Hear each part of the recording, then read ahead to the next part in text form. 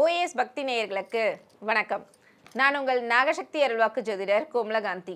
இன்னைக்கு நம்ம பார்க்க போகிற பதிவு என்னென்னா, பங்குனி மாத பலன்களை பற்றி பார்க்க போகிறோம். அதாவது 12 ராசிக்கு இந்த மாதம் என்ன பலன்கள் ஒவ்வொரு ராசிக்கும் இருக்குன்னு சொல்கிறத இந்த பதிவில் நம்ம பார்க்க போகிறோம். பங்குனி மாதம்னு எடுத்துக்கிட்டிங்கன்னா பார்த்தீங்கன்னா, மாதங்கள்லேயே சிறந்த மாதமாக பங்குனி மாதம் திகழுது. அதாவது பார்த்தீங்கன்னா, சூரிய பகவான் வந்து மீன ராசிக்கு வந்துட்டு, அதாவது தான் கற்ற வித்தைகளை எல்லாமே வந்து குரு பகவான் கிட்ட சமர்ப்பிச்சுட்டு மதிப்பெண்கள் பெற மாதமாக இந்த மாதம் திகழுது. அதாவது பார்த்தீங்கன்னா, நிறைய எக்ஸாம்லாம் பார்த்தீங்கன்னா, ஏன் இந்த பங்குனி மாதம் நடக்குதுன்றதுக்கு இதுதான் ஒரு உதாரணமாக இருக்குது. நேச்சுரலாகவே பார்த்தீங்கன்னா நிறைய பங்குனி மாதத்தில் நடக்கும்.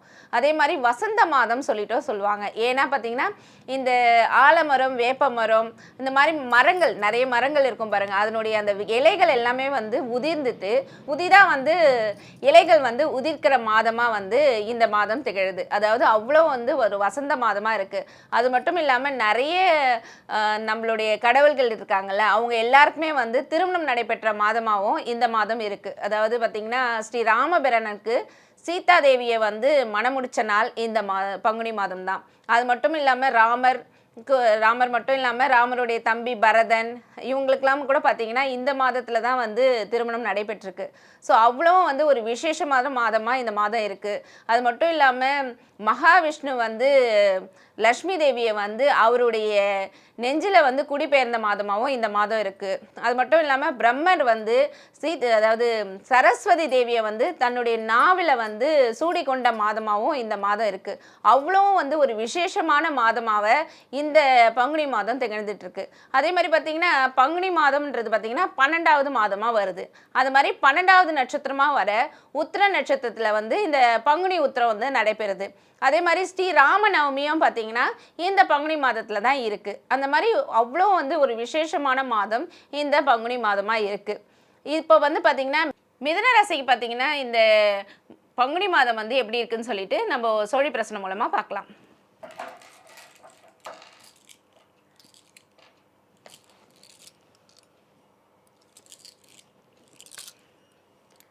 நாகத்வஜாய வித்மஹே நாகரூபாய தீமஹி தன்னோ நாகதேவி பிரசோதயா.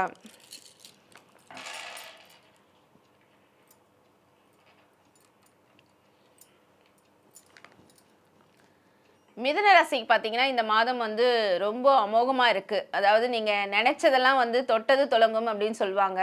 ஸோ நினச்ச காரியங்கள் எல்லாம் நிறைவேறக்கூடிய மாதமாக இந்த மாதம் உங்களுக்கு அமையுது. அதாவது வந்து நீங்கள் நார்மலாகவே இந்த மிதுன ராசிக்காரர்கள் பார்த்தீங்கன்னா நகைச்சுவை உணர்வு மிக்கவர்கள்.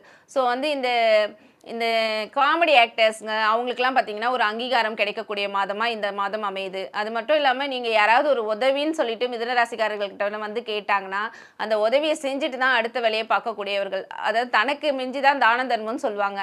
ஆனால் மிதுன ராசிக்காரர்கள் பார்த்தீங்கன்னா மோஸ்ட்லி வந்து மற்றவங்களுக்கு கொடுத்துட்டு தான் வந்து தனக்கு போதும் அப்படின்னு நினைக்கிறவங்க தான் இந்த மிதுன ராசிக்காரர்கள். அவங்களுக்கு இந்த பங்குனி மாதம் பார்த்தீங்கன்னா ரொம்ப அமோகமாக இருக்குது. அதாவது பிஸ்னஸ் பண்ணிட்டு இருந்தேன், போன வருஷம்லாம் பார்த்தீங்கன்னா கடன் மேலே கடன் ஆயிடுச்சு, யாராவது கால் பண்ணால் கூட ஒரு பயம் இருந்துக்கிட்டே இருந்தது, எந்த கடங்காரன் நமக்கு ஃபோன் பண்ணுறான் அப்படின்னு சொல்லிட்டு ஒரு பயம் வந்து இந்த மிதுன ராசிக்காரர்களுக்கு போன மாதம்லாம் இருந்துகிட்டே இருந்துச்சு. ஆனால் இந்த மாதம் பார்த்தீங்கன்னா அவங்க வந்து நினச்சதோட அதிகமாக, அதாவது அவங்களுடைய எந்த தொழில் செஞ்சாலும் சரி அந்த தொழிலில் வந்து அதிக லாபம், அதாவது ரெட்டிப்பாக இல்லை ட்ரிபிளாக கூட வந்து அவங்களுக்கு லாபம் கிடச்சி இந்த மாதம் பார்த்திங்கன்னா அவங்களுடைய கடனெல்லாம் அடைக்கக்கூடிய மாதமாக இந்த மாதம் இருக்குது.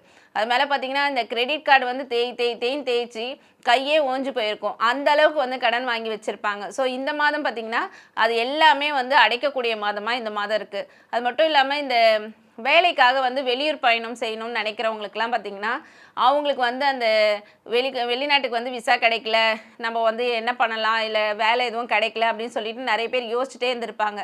ஸோ அவங்களுக்குலாம் பார்த்திங்கன்னா இந்த மாதத்தில் அதுக்கான முயற்சி ஈடுபட்டாங்கன்னா கண்டிப்பாக அதுக்கான தீர்வு வந்து அவங்களுக்கு கிடைக்கும். அது மட்டும் இல்லாமல் தந்தை வழி சொத்துக்கள் வந்து வரணும்னு சொல்லிட்டு நிறைய பேர் கேஸ் போட்டிருப்பாங்க. ஸோ இந்த மாதம் பார்த்திங்கன்னா உங்களுக்கு வந்து அதுக்கான சுமூகமாக முடியக்கூடிய மாதமாக இந்த மாதம் அமையுது. அது மட்டும் இல்லாமல் பார்த்தீங்கன்னா உங்கள் இந்த மாணவர்கள்லாம் வந்து பள்ளியில் வந்து நிறைய வந்து ரொம்ப பின்தங்கி இருக்காங்க, படிக்க மாட்டேன்றாங்க அப்படின்னு சொல்லிட்டு நிறைய வந்து உங்கள் பேரண்ட் கிட்ட வந்து இந்த நிறைய பேர் வந்து உங்கள் பசங்களை பற்றி உங்ககிட்ட வந்து சொல்லியிருப்பாங்க. ஸோ இந்த மாதம் பார்த்திங்கன்னா பசங்க வந்து படிப்பில் முன்னேற்றம் கிடச்சி நல்ல வந்து மார்க்லாம் வந்து அதிகமாக வாங்கக்கூடிய மாதமாக இந்த மாதம் திகழுது. குழந்தைங்களுடைய உடல்நிலையும் பார்த்தீங்கன்னா ரொம்ப நாளாக வந்து ஏதாவது ஒரு ட்ரீட்மெண்ட் எடுத்துகிட்டு இருந்திருப்பீங்க. ஸோ அந்த ட்ரீட்மெண்ட்டுக்கெலாம் பார்த்தீங்கன்னா இந்த மாதம் வந்து பலன் கிடைக்கும். எந்த ட்ரீட்மெண்ட் எடுத்தாலும் அது உங்களுக்கு சக்ஸஸாக முடியும். அது மட்டும் இல்லாமல் அடிக்கடி வந்து இந்த பைக் வந்து ரிப்பேர் ஆகிட்டே இருந்திருக்கும். ஏன்னா 4ஆம் பாவத்தில் வந்து இப்போ கேது இருக்கிறதுனால கண்டிப்பாக வந்து இந்த பைக் வந்து உங்களுக்கு ரிப்பேர் ஆகும். அது மாதிரி இந்த வண்டி வாங்கணும், இந்த காரு, ஸோ இந்த மாதிரி ஒரு விஷயங்களில் மட்டும் கொஞ்சம் வந்து ஏதாவது சின்ன ப்ராப்ளம் வந்தால் கூட உடனே நீங்கள் என்னன்னு சொல்லிட்டு எடுத்துகிட்டு போயிட்டு காமிச்சிட்டு அதை ரெடி பண்ணிட்டது வந்து உங்களுக்கு சுபிட்சத்தை தரும். அது மட்டும் இல்லாமல் இந்த எலக்ட்ரானிக் ஐட்டம்லாம் கூட பார்த்தீங்கன்னா ஃப்ரிட்ஜ், வாஷிங் மிஷின் அந்த மாதிரி விஷயங்கள்லாம் பார்த்தீங்கன்னா உங்களுக்கு அடிக்கடி ஏதாவது தேவையில்லாத, ஏன்னா 4ஆம் பாவத்தில் கேது பகவான் உட்காந்துருக்கிறதுனால தேவையில்லாத பிரச்சனைகளை உங்களுக்கு கொடுக்கும். ஸோ தேவையில்லாத பிரச்சனைகள், அதாவது வண்டி வாகனத்துலேயும் சரி வீட்லேயும் சரி இந்த ஏசி, ஃப்ரிட்ஜ் இந்த மாதிரி விஷயங்கள் வந்து பிரச்சனைகளை கொடுக்கும். ஸோ அது மட்டும் நீங்கள் பார்த்து இருந்துக்கிட்டிங்கன்னா நல்லது. அதாவது உடனே வந்து நீங்கள் சர்வீஸ் பண்ண நேரம் வந்துச்சுன்னா சர்வீஸ் பண்ணி விட்டுருங்க. இல்லைனா வந்து ஏசி, அதுவும் இப்போ வெயில் காலன்றதுனால ஏசி இல்லாமல் இருக்க முடியாது. ஸோ அது மாதிரி பார்த்தீங்கன்னா நீங்கள் அதை சர்வீஸ் பண்ணிட்டீங்கன்னா ஏசியும் இருக்கும், பிரச்சனைகளும் உங்களுக்கு இல்லாமல் இருக்கும். அது மட்டும் இல்லாமல் பார்த்தீங்கன்னா உங்களுக்கு வந்து 9ஆம் பாவத்தில் வந்து சனி பகவான் உட்காந்துருக்காரு. 9ல் சனி பகவான் இருக்கும்போது பாக்கியஸ்தானம் சொல்லுவாங்க. ஸோ வெளியூர் பயணம், தந்தை வழி சொத்துக்கள், இது எல்லாமே வந்து உங்களை தேடி வரக்கூடிய ஒரு மாதமாக இந்த மாதம் அமையுது.